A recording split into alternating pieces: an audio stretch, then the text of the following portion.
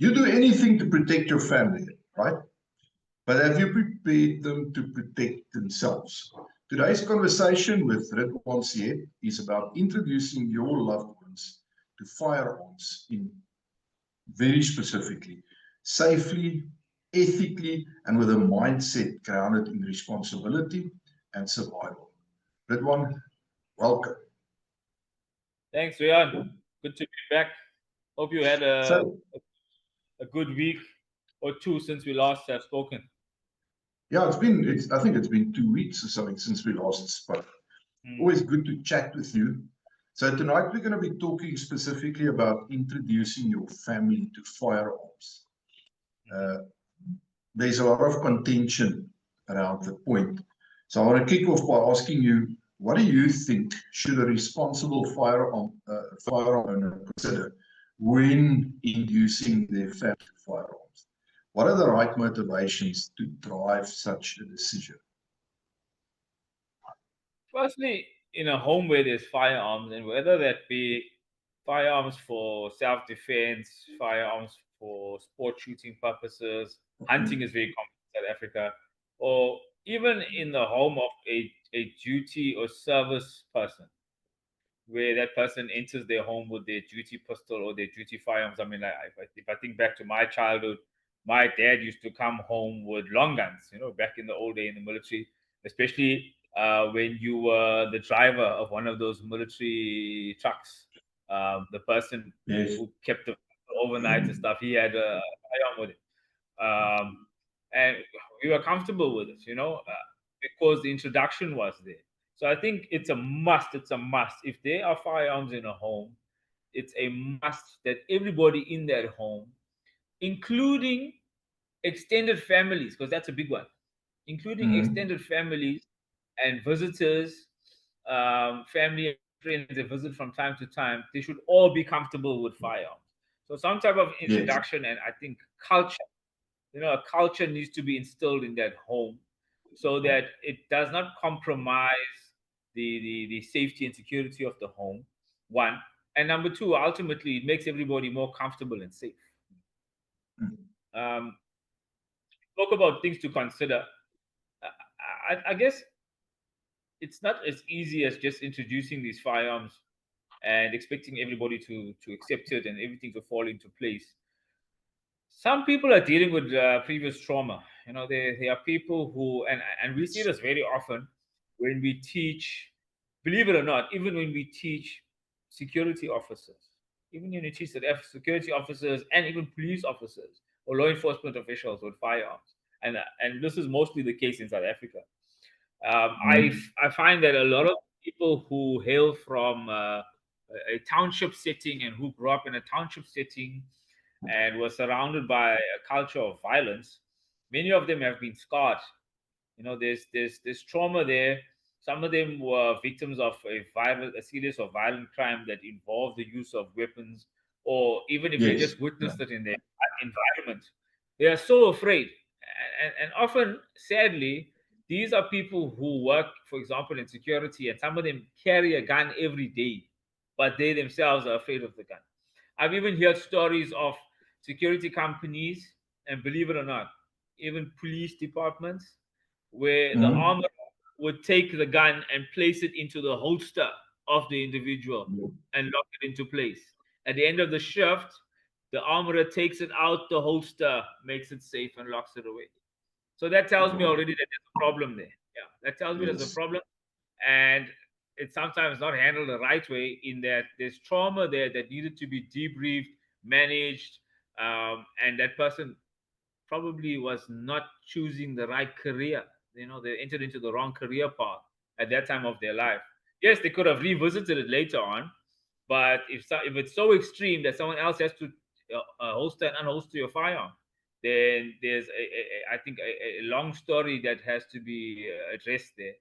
And Yeah, if you it's don't if you don't resolve that, you're going to have a problem. I mean, it's going to, you need to do it for yourself in any case. I mean, it goes Mhm, further than just wanting or needing to carry a firearm.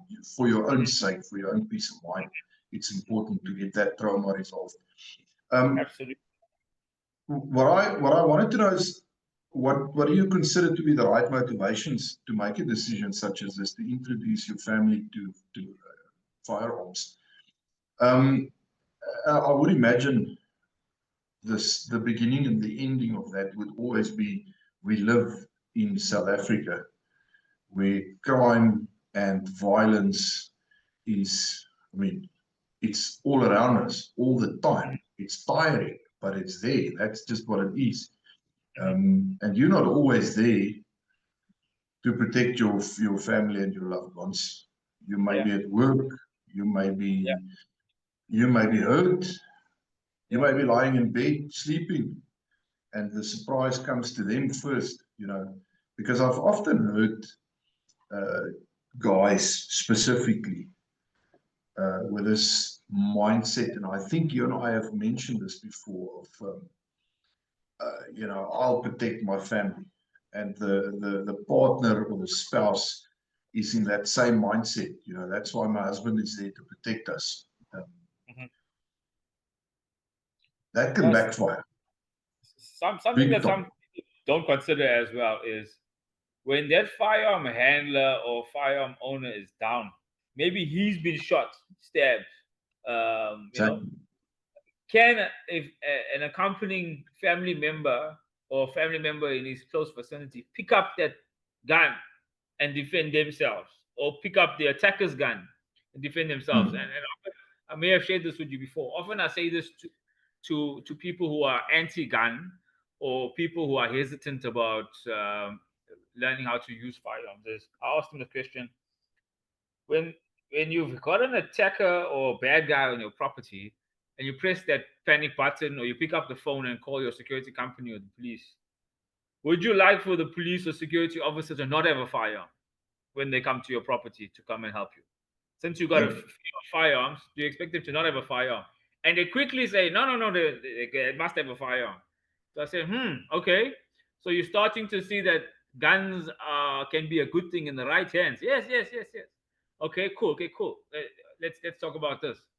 So that security officer, community member, family member, police officer who comes to save you now gets shot or stabbed by the suspect who's in your home. Guess who they're going to turn the attack on next? They quickly say, me. Yes. So wouldn't you It's a like fact. to, out of necessity, if you have to, pick up that weapon and defend yourself? And that's when the light bulb moment takes place. Yeah, people generally tend to not think about that because we create this little bubble where in our head we feel safe. Yep. So thinking about stuff like that is uncomfortable. Yep. Ritz, moving on, I want to run this past you. What legal and ethical steps do you think families need to take before they even touch a firearm? And why is this non-negotiable? Okay. So firstly, let's point that finger at ourselves as firearm owners and think about what we do and what we do not do and what we should be doing differently. Firstly, we the behavior that we display has a huge effect. Sometimes we take it for granted. The way we behave in general, the way we behave, conduct ourselves when we got firearms as well, the way we safe keep those firearms. That's a big one. Because legally, if your firearm is not in the safe, it should be on you or under your direct physical control. We can't just be leaving guns lying around anywhere. And in actual fact, I always believe that when it comes to firearms, you should practice good housekeeping for numerous reasons. One, ethically and legally, so that the firearm is in the right place. Two, practically, because if your firearm is in a common place when danger lurks, you will know how to quickly find it, especially when you are under stress. And if it so happens that a competent family member excuse me, needs to identify where your firearm is for whatever purpose, they can do that as well because there's some commonality there. So I think your housekeeping and your conduct first before anything else, before we even consider introducing others to the firearms. And then I think instilling some type of good etiquette in the home. So, and that starts with explaining to your family members, and that whether it's your spouse, whether your significant other, the children, whoever it is, teaching them firearm rules. I mean, if I think back to my early childhood, I can't even remember how young I was. Probably really, really young, when I was taught the four universal golden firearm safety rules. And I teach that to children as well. I teach it to my own children and to my children in my family as well, given the opportunity. I've actually got the confidence now in a controlled environment to ask that child to pass me the firearm, or ask that child Yes. to pass that firearm to or put it into the safe, or so, obviously under my supervision. You got to do that. You got to do that, so that uh, the first time that they handle a firearm, it's not done in a situation where it's life or death. It should be a controlled, calm environment. It starts with little things like that. So creating that etiquette and that culture in the home. Also, we sometimes can choose our friends, but we can't choose our colleagues and our family members. That's a Yeah. tough one. That's a tough one. So although you can't choose them, but you're gonna have to try to educate them. Try to educate them, because we've all had that friend growing up, especially as young firearm owners. Because I was probably the first firearm owner within my immediate circle of friends, and okay, apart from my dad, Okay. in our home as well. You know, um, and everybody's had that friend, or come across somebody's friend who, when you got to a nightclub or a casino or an event of some sort, this person jumps up and says, "Hey, don't search me. He's got a firearm. He's got a firearm." Yes. It happens Yes. time and time again. It's been happening for generations. You know. Unfortunately, these idiots, they walk amongst I've, us. You know, yeah. and you could have maybe gone into a place which isn't even a firearm free zone. So lawfully you're not breaking any laws. But for this person opening their big mouth, now you were denied entry into this place, because somebody decided, no, no, no, we don't want firearms in this place. So yeah, I think instilling a culture and choosing the right environments.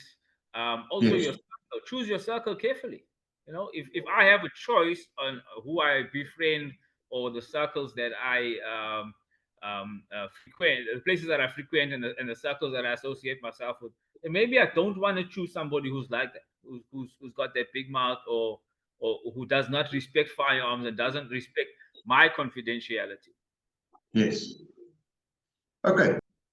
How do you assess whether someone, whether it's a spouse, a parent, a teenager in your house, is actually ready uh, to be introduced to firearms, emotionally, physically? So yeah, I like that you say assess, because there's no like legal age where you can say, okay, at a certain age I can start teaching about firearms and stuff. Yes. 100%, you got to do an assessment. Like often in the psychological world, in the courts, in the criminological world, an assessment is done to determine whether this child understands the difference between right and wrong, before we go any further in questioning them, and using their evidence, or accepting their evidence as being admissible. Um, and I think assessing readiness, you got to look at the traits of this person in terms of emotional intelligence, um, cognitive ability. Are they able to work out something in the mind and understand, why I need to add 1 + 1 to get 2? Um, and the physical traits as well. Can this person practically actually handle that fire? Because we teach people all the time. I mean, today we were teaching somebody as well, and they were struggling to rack a Glock 17 pistol. And I mean, that's not a difficult firearm to use, but some people just don't have the physical ability and the strength to do certain things. So I would look at those few parameters and ensure that people can meet the minimum requirements. But apart from that, I think we can try and make it a bit easier by not forcing them and rushing the process. You know, uh, Mm. you can rather look at this person's temperament in other situations. For example, conflict resolution between their peers, between their family members, even within a home, between brothers and sisters. Are they Yes, able to handle that? When there's a conflict at school, what has this child done? Is my child the bully? That's a big one. Everybody thinks their child is innocent. Is my child the bully? Definitely, I can't go and exactly. teach a child who hasn't been able to control his or her own emotion. I can't go jump and force them to learn how to use a firearm. So a level of maturity, I'd say, and that emotional intelligence is very important. And then Yeah, physical and ability, that's a like big one. Rich, I mean, that counts a lot more points than one would think. And it is especially difficult for a parent to come to terms with the fact that maybe their child is the mm, bully. And if a youngster is prone to that sort of behavior, honestly, I'd be loath to introduce them to the concept of firearms, um, purely because it tells me that there's a little bit of a problem with anger in there somewhere. Something is unresolved within mhm, that child, yep, um, yep, whatever it might be. I mean, the reasons can be, there are so many potential reasons, and we are not psychoanalyzing anybody, but the fact is, uh, it's a problem. And again, what you said about uh, anger management, controlling arguments in your house. mhm, If a child is prone to these absolute outbursts mhm, and you're never quite certain what's going to happen next, you mhm. know, if that, and I mean, it happens with teenagers. I was about to say that's where it's common, extremely common, with teenagers who haven't learned to manage the hormonal changes in their body. Exactly, and that's where you as a parent come in. You need to assist them in that Mm, process, and it is. I mean, this that's a conversation by all in itself, because that's there are probably easier things than that. But the fact is that these are things that you need to look out for and consider. I mean, mhm, in many households, kids, myself, we were introduced to firearms when we were knee-high to a brick. mm, Um, but we never had access to the safe. We never had mm, direct access to the firearms. mm. That was extremely rigidly controlled. Yeah. So at that age, it was a case of where you go with the firearm up to the firing range and you are able to squeeze off some shots, just so you Yeah. know. So it's not something that you are not used to. It's not new. Mhm. You know it's not a toy. So Yes. there's a lot of ways to approach this. Yes. Um, I always think that it might be a good thing, and this is up for, feel free to arm wrestle me about this, but a clear written policy for your family when it comes to firearms. Um, how do you get everybody to commit to something like that so that everybody is literally on the same page when it comes to firearms in the household and the use thereof and the access and the I, safety? I think first you got to determine that they all understand the seriousness of firearms and what firearms can do. Because Mm, sometimes introducing a policy when somebody doesn't understand the background behind it, it can be a bit counterproductive because it's almost like we're forcing you to do something, but I don't know why. So mm, what I would do and what I practice as well with people that are new to this is I'd rather show them videos where people were victims of serious and violent crime, where mm, a firearm or any other weapon was used, and they must see, okay, in a home invasion or carjacking scenario, or it could be something else as well. It could be hostage taking. These are the realities, and try to show them not movies, because the problem with movies is often it's just a fantasy script that's written that looks good on screen, but most of it is impractical, and it's getting worse and worse. Movies are getting worse and worse. And what happens with movies is like you say, this can be a rabbit hole, and there's a whole lot of whole parenting umbrella of parenting practices here. But to try and sum it up, um, the child gets conditioned to things that he or she is exposed to. Now, in today's world, unfortunately, movies have become more and more violent. We Yes. find in movies that violence is being glorified, and the conditioning that takes place is it's so classical in that you'll find that a boy and girl, for example, or friends will go and watch a movie, or maybe sit at home and watch a movie on one of these Netflix and all these things. And what are they watching? They're watching violence. Very often they're watching glorified violence in the form of entertainment. And during that show, whether it be a movie or a TV show, what are they doing? They're engaging in a little bit of conversation, a little bit of bonding, eating chocolate, eating popcorn, drinking their favorite cool drink. So that association is taking place in that they are seeing violence and they're becoming desensitized towards violence. In actual fact, a Yes. bond is forming. So there's this emotional and cognitive dissonance that takes place. There's a disconnect there, in that a normal human being who's not a psychopath is supposed to see that kind of behavior and be appalled by it, and Yes. have an aversion towards it.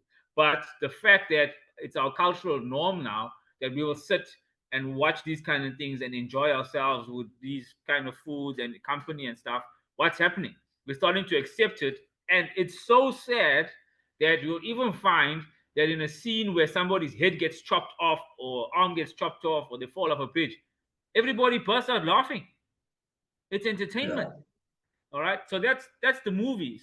Then on the other side, we've got video games. We've got these violent video games that these kids, and not kids anymore. I mean, there's people up to like the age of in their 40s that play these games, and they see it as entertainment. I don't. I see it as conditioning.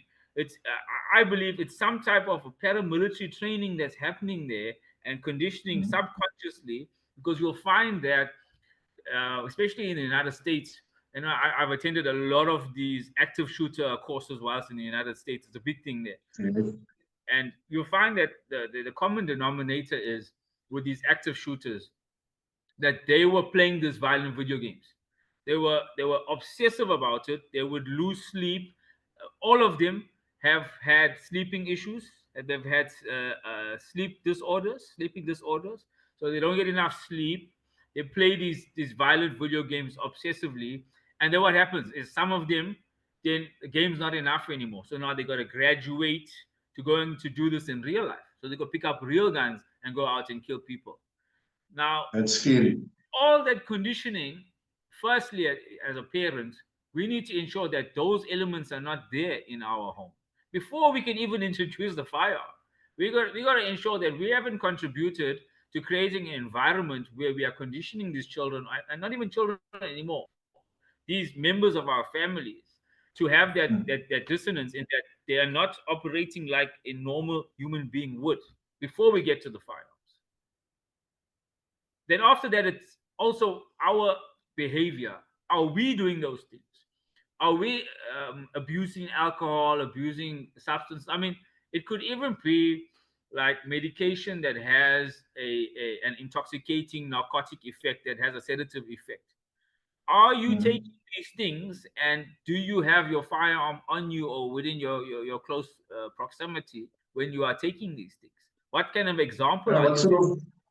of exactly what sort of example are you setting? And unfortunately, that is a big problem in so many cases. Yeah. So Chris, sometimes you don't need a written policy. It's the way you conduct yourself, that that, uh, that paves the way for yes, how the environment is created and how everybody else will follow suit. these things need to be stored and somebody needs access to them. How do you set up access controls and storage so that guns are safe from unapproved access? But it must still be available should the Yeah. need arise. Firstly, it's non-negotiable in the South African context. your safekeeping facility needs to be compliant with SANS 9531 or 9532. Finished. Your safe, doesn't matter who you buy it from, but your safe needs to comply to those requirements. So, and your firearm needs to be in that safe. Yes, temporarily you could buy one of these things that, if it's still within your physical reach and under your physical access and control, you can buy one of these other fancy safes that they get today, that it uses your fingerprints, and there's a whole lot of different things. Personally, I feel a firearm should be on my person, carried on my person, or really, really close to me, within my hands reach and under my full control. If not, it must be in the safe. There's nowhere else it should be. Because what happens if I get sick suddenly and this firearm is not on me, and now whoever it is, they cart me off to the hospital or to the doctor? I'd rather that firearm go along with me on my person than it get left behind because I was hanging around at a friend's house and I put it under the cushion on the couch, or when I got to the house I put it on top of the refrigerator or something like that, because then I've got no accountability for it. I'd rather the gun be Yes. on me because lawfully it was on me. Whether I go to a hospital, the doctor, whatever, I did not break any law. All that's going to happen is those people are going to contact the police, the local police, and the local DFO is going to come and take that firearm. It's going to store that firearm, and you can almost be guaranteed that you're not going to be in violation of any law and be charged with any negligence or anything. So it's got to be in the safe, or else on you, nowhere else. And the condition that you carry your firearm, it should be the same all the time, because that way it prevents mistakes from happening. Because we've heard some horror stories where somebody did something with a firearm expecting it to be in a particular condition, only to find that they fired a shot off. And I mean, those things are not supposed to happen, but the truth is these things do happen. It happens. Mistakes No, do it happen. happens. Mistakes do happen. So following the rules are important, and like I spoke about those 4 safety rules, if you practice those 4 safety rules, and the reason why they call them universal is because it doesn't matter where you are. You could be at home. In a lecture I say you could be in the movies, you could be at work, you could be in a parking lot, anyway. But those 4 safety rules still apply. It's just that you got to change the way you do it based on the environment. So yeah, when it So, comes to locking. Oh, and also remember that by law, somebody else, a licensed firearm owner, can store your firearm as well. So yes. you can, if you're feeling ill, for example, you can leave your firearm at a gun shop, at another firearm owner's home. If the police station is willing, they can also store your firearm if they need to, and if you can't carry it temporarily. So that's also something to consider, because some people don't realize that even if you feel like going away on holiday or going away for a few months, I've got a contract overseas, whatever the case may be, they don't realize that you can take that firearm and store it elsewhere. But don't leave it in the home So, if you don't feel secure enough, you don't feel happy enough that those guns are going to be safe. on that point, who else other than the registered owner of the firearm in that safe, who else carries a key for that? Actually, nobody is supposed to, unless if it's a company. If it's a company safe, then you can have different responsible persons or armorers, issuing officers, receiving officers, who can have access to that, and that's very controlled as well, because they got to have all the competencies, basic and personal purpose proficiencies, and things like that. But for you as a private firearm owner, it's one man, one safe. Thank you. Okay, so we've covered all of that. Now we're going to start. We assume we've got people on board now for the sake of this conversation.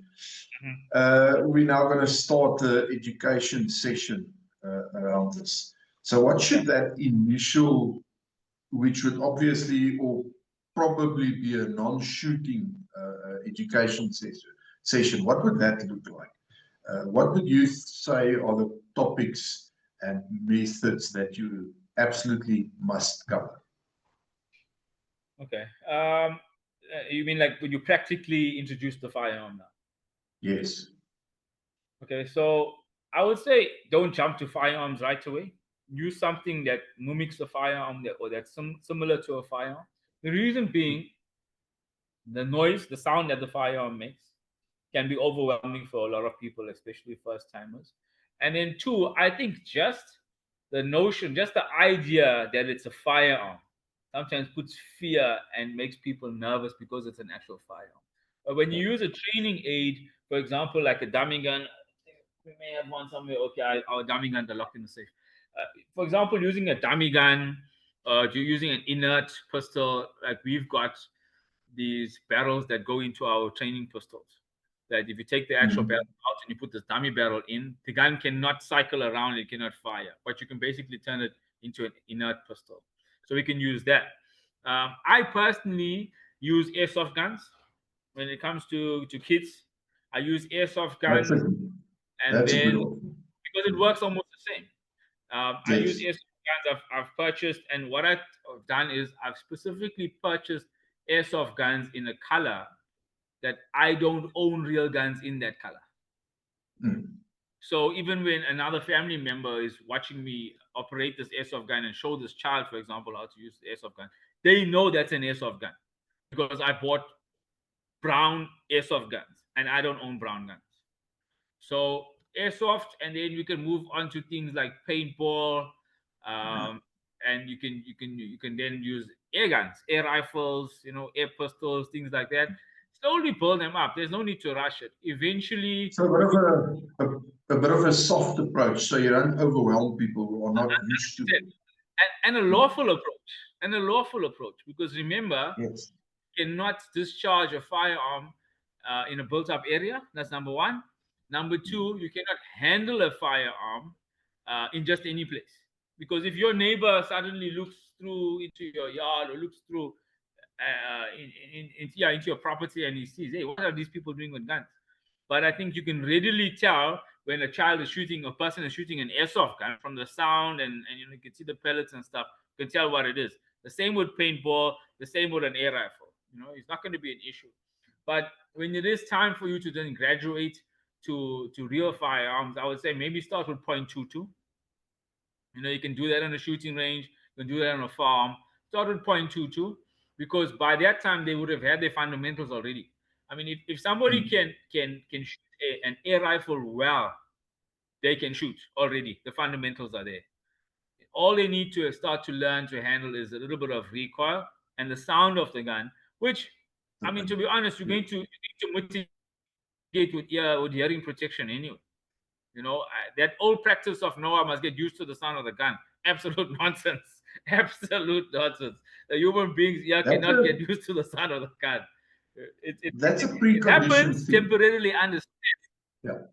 That's That's it. a, it's a It is. preconditioned thing because So you it is not everybody from there. exactly everybody's seen the movies, and so the gun makes a loud sound when the trigger is pulled and the shot goes off. So if you're not used to it, you're sort of waiting for that. The fact that you've got proper ear protection in, and it's more of a it's more a case of you feel it rather than hear it at the end of the day. If your ear protection is up to scratch, but you still need to go through that. I mean, I've seen and I've had people on a range where they were so scared. And this one specific case that I'm thinking about was this. This is probably 30 years ago. The 38 Snubbies, and this lady was so scared of that revolver. I just let her stand there. I took her through the basics, and what I did that day is I just let her shoot into the backstop with forget the target, forget where the bullet's going to land. You can't miss the backstop. I'm standing right here. I'll help you control things.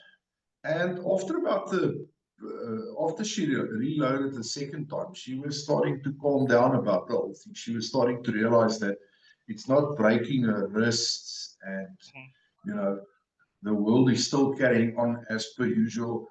And she calmed down. But the fact of the matter is, it's something that you need to keep in consideration when you do this. Point where you talk about she realized that it's not harmful to her, because that is why it's important also for us to explain the mechanics of the firearm before they use the firearm. so that they understand that there is going to be an empty case coming out of it. Because we've seen many a times where a new shooter thought that they were hit by a bullet when an empty case came out and hit them on the face. Or, we've had even shooters where the empty case goes inside behind the glasses and burns the eyelid.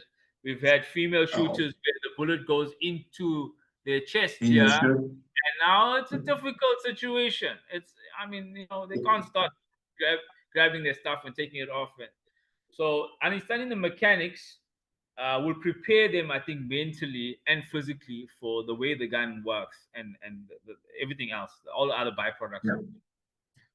Okay. So the next step obviously would be to take it further and start some sort of a competency regime. How do you structure something that's progressive and safe in terms of hands-on introduction to family members when it comes to building that competence? If you're starting to look for an instructor now, what do you suggest you start looking for in an instructor and a training environment, so that the initial introduction to that world, which is then obviously a new world for whoever this person is that we're talking about, how do you go about choosing that? So I want to be honest and realistic about this. And then let's talk about firearms particularly. The firearm is designed to destroy the object that it hits, that the bullet hits and comes into contact. So we need to realize that as much as firearms can be fun, they should not be underestimated. And the disastrous effect that a firearm has on a target, or when it hits an animal or hits a person, needs to be understood. And that then takes a level of confidence from the user. The user needs a level of confidence and discipline before they can practically embark on the journey of learning how to use firearms. And I think it's very important, especially with kids, for us to, first of all, introduce them to some type of combat sport or martial arts before getting to the firearms, not the other way around.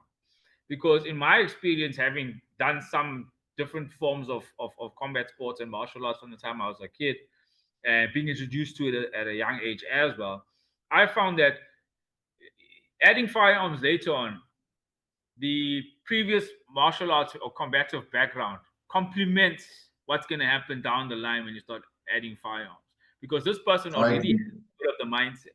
They have the mindset. They understand that I'm training because I may need to defend myself. Yes, martial arts is half martial, half art. There's an artistic part to it as well, but there's nothing artistic with having to fight for your life. That's martial. That's live or die. And I think that introduction of combative sports and martial arts helps a lot. I've also found that with a lot of leaders and even statesmen and world leaders around the world, that it's very common that they practice some type of martial arts or combative sport from a young age, and many of them throughout their lifetime practice these type of sports, because the person that you become, the leader that you become, and the protector that you become, it's just totally different, as opposed to somebody who now is much older and mature in their 30s, 40s, 50s, and now they want to go learn how to defend themselves. It's very different. The mindset, everything, even the physical abilities and all of that stuff. Even when you take a gun and you put it into a hand of somebody who never used the gun before, you can tell if that person has that athletic background or combative background. The moment they start handling the gun and they get into the stance and all of that, they take to it much easier, and they are generally better at it than the people who haven't had that type of an introduction. So I'll start there. And then after that, obviously, to do like dry fire drills, and you spoke about an instructor, and finding instructors who understand, like I was saying, martial arts, not just the artistic part of the martial arts. So find a firearm instructor that understands not just marksmanship, but he also understands physically, mentally, what happens to the person during the fight. What happens to the person before the fight, during the fight, what could happen to you if you have used force after the fight. Not instructors that are going to merely prepare you to be a marksman and go into the Olympics. There's a place for that. There's a place for that. But we must be, that's why I said we must be realistic and practical about this. Why are most of us learning to use these firearms? Why are most people in South Africa carrying firearms? They're doing it so that they can defend themselves. So your instructor needs to understand all of that. That's the bottom line, isn't it?